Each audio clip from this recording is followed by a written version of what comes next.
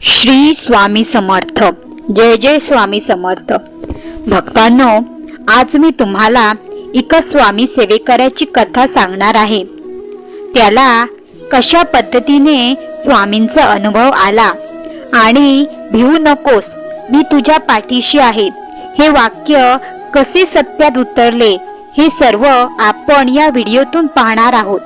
तर तुम्ही हा व्हिडिओ अजिबात स्किप करू नका किंवा बघण्याचा कंटाळा सुद्धा करू नका, कारण आपल्याला या संदेशातून प्रत्यक्ष स्वामींची प्रचिती येणार आहे. तर चला तर आपण ह्या अनुभवाला सुरुवात करूया. हा अनुभव एका मुंबईमध्ये राहणाऱ्या ताईंचा आहे की त्या जिथे राहायच्या तिथे राहणाऱ्या काही महिला हे स्वामींचे प्रवचन ऐकण्यासाठी रोज स्वामींच्या मठात जायच्या. त्यांना बघून त्या ताई सुद्धा जाऊ लागल्या. त्यांना त्या महिलांनी सांगितले की स्वामींची सेवा आराधना केल्याने अशक्य गोष्टीही शक्य होतात, म्हणून त्या ताई सुद्धा त्यांच्या सोबत जायच्या. त्या म्हणाल्या की मला स्वामींची गोडी कशी लागली हे मलाच कळले नाही. स्वामींची आवड मनामध्ये निर्माण झाली आणि मी स्वामींची सेवा करू लागले. स्वामी सेवेमध्ये येऊन मला बरेच वर्षे होऊन गेली होती, तरीही मला स्वामींची प्रचिती का आली नाही. मी फक्त सेवा करायची, कारण सेवा करताना माझे मन शांत व प्रसन्न वाटायचे. मला सर्व काही शांत वाटायचे. माझ्या घरात सर्व सुखात चालू होतं. सर्व काही सुख समाधानात चालायचं. मात्र एक दिवस असा आला की अचानक माझा मुलगा खूप आजारी पडला. अगदी अचानक त्याला आजारपण आले. अनेक दवाखान्यामध्ये दाखवले, भरपूर पैसे खर्च केले.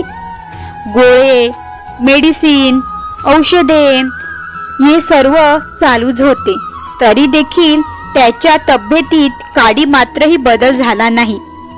मग आम्ही बुवा केले, भटजींना भेटले, अनेक पूजा अर्चा केली, पण याचा काही एक उपयोग झाला नाही. मला काय करावे हे कळेना. स्वामींची सेवा माझी चालूच होती. स्वामींचे पारायण हे चालूच होते. स्वामींचे नामस्मरण हे चालूच होते. कायम स्वामी स्वामी असे मुखात चालूच असायचं. असं म्हणतात की स्वामी आयुष्यात येऊन एकदा तरी परीक्षा घेतात. अगदी तसंच माझ्या सोबत झालं. स्वामी परीक्षा घेत होते, पण मी मात्र भरकटतच होते. भविष्यामध्ये माझ्या मुलाचा त्रास कमी झाला नाही. त्याला तसाच त्रास परत देखील होऊ लागला आणि मी रागामध्ये स्वामींची सेवा सोडण्याचा विचार केला. 8 दिवस मी स्वामींचे नाव देखील घेतले नाही, की सेवा केली नाही, की त्यांचा जपही केला नाही. कारण मला असे वाटत होते की मी इतके वर्ष इतकं सगळं करून माझं काहीच भलं झालं नाही, तर माझ्या या सेवेचा काय उपयोग, असं मला वाटत होतं. त्या दिवशी मी स्वामींशी भांडले देखील की स्वामी, तुम्ही म्हणता की तुमच्या सोबत मी आहे, भिवू नकोस, मी तुझ्या पाठीशी आहे. मग माझ्या सोबत हे काय होतं? जर तुम्ही माझ्या पाठीशी असता तर आज हे सर्व घडलंच नसतं. असे म्हणून स्वामींची मूर्ती मी कपाटातून काढून कपाटात ठेवली आणि व्यवस्थित एका कपड्यात गुंडाळून तिला कपाटात ठेवलं. 8 दिवसानंतर माझा मुलगा होता त्यापेक्षा आणखीनच सिरियस झाला. स्वामी माझ्या मुलाच्या मुखातून बोलत होते की माझा श्वास गुदमरतो, मला कपाटातून मुक्त कर, मला कपड्यातून बाहेर काढ. मुलगा असं का म्हणतो हे कळले नव्हते. मी घरात सर्वांना सांगितले, पण कोणाला काहीच कळत नव्हते. मग मला आठवले की स्वामींच्या मूर्तीला मी कपाटात ठेवले आहे. तेव्हा माझ्या मुलाच्या तोंडातून स्वामीच बोलत आहे की काय असं मला भास झाले.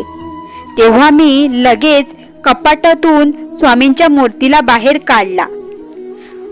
माझा श्वास गुदमरतो असं माझा मुलगा सतत तोंडातून म्हणत होता. मी स्वामींच्या मूर्तीला बाहेर काढलं आणि देवाऱ्यामध्ये परत ठेवले. मला माझ्या घरातून काही विचित्र अशा गोष्टी सापडल्या.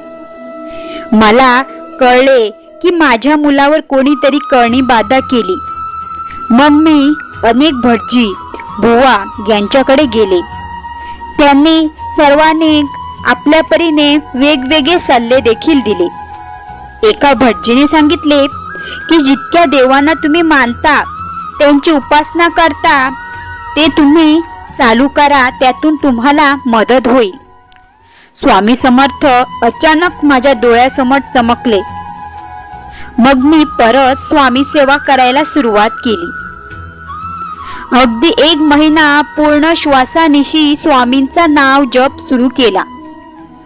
माझ्या तोंडातून कायम श्री स्वामी समर्थ, जय जय स्वामी समर्थ व स्वामींचे पारायण सतत चालूच होते. मी पूर्ण महिना कोणतेही काम करत असताना श्री स्वामी समर्थ असेच म्हणत होते, कारण मला खात्री होती की स्वामी माझी नक्कीच मदत करेल. मला काहीही करून माझ्या मुलाचा जीव वाचवायचा होता. 1 महिना पूर्ण झाला तेव्हा गुरुवार होता आणि पौर्णिमा होती. त्या दिवशी माझ्या परसबागेत चाफ्याची फुले अचानक फुलले होती आणि स्वामींना चाफ्याची फुले आवडतात हे मला माहीत देखील नव्हते. पण त्या दिवशी चाफ्याच्या झाडाला खूप फुले लागली व त्याचा वास 4ही बाजूंना दरवळत होता व ती फुले खिडकीतून माझा मुलगा झोपला त्याच्या अगदी शेजारी पडली. मला कळेना की हे काय होतं. मग मी ज्या स्वामी केंद्रात जायची ना, तिथल्या एका स्वामी पुजाऱ्यांशी माझं बोलणं झालं. त्यांना मी माझ्याशी घडलेल्या सर्व घटना अगदी सुरुवातीपासून सांगितल्या. तेव्हा केंद्रातून कळाले की ती फुले स्वामींनी स्वतः तिथे टाकली. त्या दिवशी रात्री माझा मुलगा उठून अचानक बसला व हळूहळू चालू देखील लागला. मी एकदम अचंबित झाले. जसा तो पहिली होता ना, तसा गप्पा गोष्टी सांगू लागला. आमच्या आयुष्यातील ही सर्वात महत्वाची गोष्ट घडली. मला वाटले की पुन्हा दुसऱ्या दिवशी माझा मुलगा परत आजारी पडेल की काय, म्हणून आम्ही घाबरत होतो. दुसरा दिवस उजाडला आणि कित्येक दिवस उजाडले, पण माझा मुलगा अगदी पूर्णपणे बरा झाला आहे. त्याला कोणताही आजार नाही व तो परत आजारी पडेल असे वाटत देखील नाही. स्वामी कृपेने हा मोठा चमत्कार आमच्या आयुष्यात झाला. मी जी सेवा केली ती फळाला आली असं म्हणावं लागेल. त्यामुळे स्वामी सेवा ही फुकट जात नाही. तर भक्तांनो, तुम्हाला हा अनुभव कसा वाटला हे कमेंटद्वारे कळवा. चॅनलवर नवीन असल्यास चॅनल सबस्क्राईब करा, लाईक करा, शेअर करा आणि अशा लोकांना हा संदेश पोचवा ज्यांना या संदेशाची गरज आहे. श्री स्वामी समर्थ. जय जय स्वामी समर्थ. धन्यवाद.